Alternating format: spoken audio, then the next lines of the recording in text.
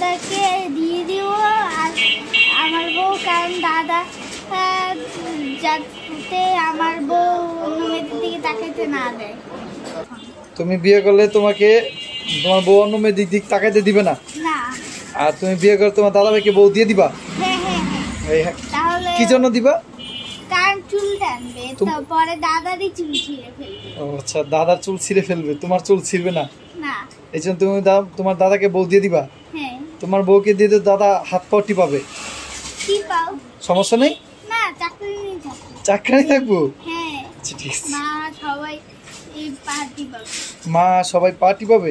হ্যাঁ। তোমার বউকে দিয়ে? হ্যাঁ। আর তুমি কি করবা? আমি কি করবো? হ্যাঁ, আমি এসবের ভিতরে নাই, আমি যাব। তোমার হিসেবে নাই?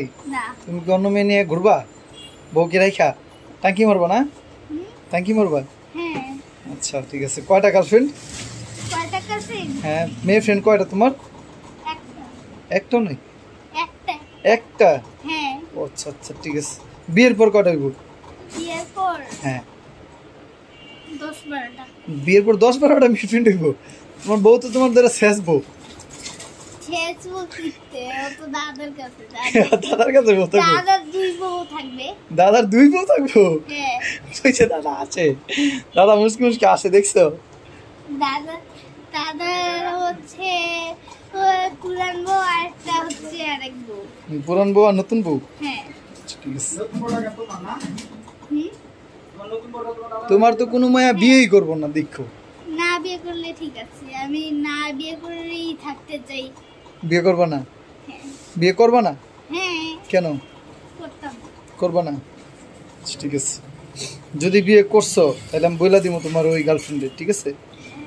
ঠিক আছে।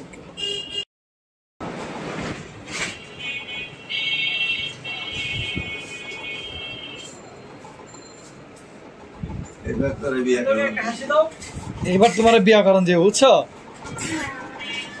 আপনার তোমার দাদু এবার বলতেছে তোমার বিয়া করেন যাবো, তুমি কিছু বলো। আমি বিয়া করতাম না, বুঝছি না। বিয়া করলে তোর বউ আমি লয়ে যাবো। আমি বিয়া করে দাদারই দিয়ে দেবো। বিয়া করলে দিছে, তুমি বিয়া করলে দাদারে দিয়ে দিবা? হ্যাঁ, হ্যাঁ দিয়ে দেবো। ঠিক আছে। ফসল আমারে ও 7.5 কোটি বাঙালি কম্বলাই 4 কোটি আমারটা গো। আর মিজান চৌধুরী ছিল তখন ক্ষমতা নিচে খাতে 70টা গুলি আস্তে আস্তে বিয়ে।